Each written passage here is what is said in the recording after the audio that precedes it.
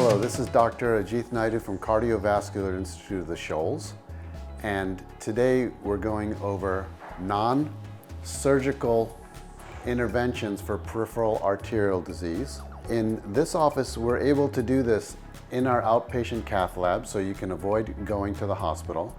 And the benefits of non-surgical intervention for peripheral arterial disease is avoiding surgery. It involves certainly a much less lengthy recovery period.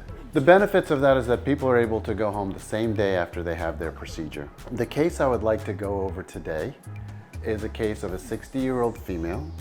She, over years, had developed increase in claudication, which means she was unable to walk a certain distance, and this prevented her actually from doing things like shopping for herself.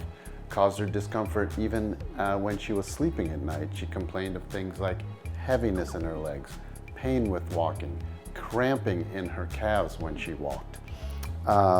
When she came to see us, we tried to optimize her medication. She was placed on Plavix and Plital to try to increase blood flow to the affected areas. We also started her on a walking program.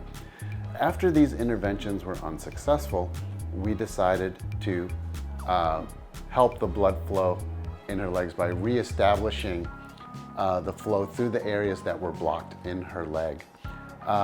What I'd like to go over with you is the images of what we discovered when we looked at her arterial supply in her leg. So you can see the artery here is very diseased. There's very faint flow through the artery. Next shot, please. Again, very faint flow. Next shot. And you can see here there's no blood flow past this area. And blood flow resumes here. So there's a complete blockage of blood flow in this part of her saphenofemoral artery. Here it's clearly shown the blockage. We were able to traverse the blockage with the wire, and we see we're in the vessel and she has blood flow distally in her leg. We ballooned this area, we did atherectomy in this area, taking the disease out, expanding the vessel again.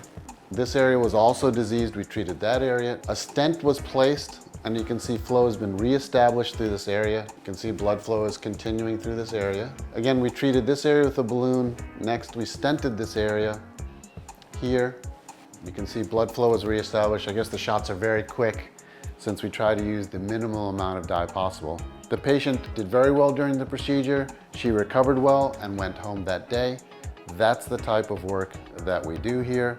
Non-surgical revascularization for peripheral arterial disease to help people live a better life. If this case was of interest to you, please look at our other videos that we have up on YouTube concerning peripheral vascular disease, venous disease, venous insufficiency, May-Thurner syndrome, and you can see stories of people that we've helped, and stay tuned. There are more of these stories coming.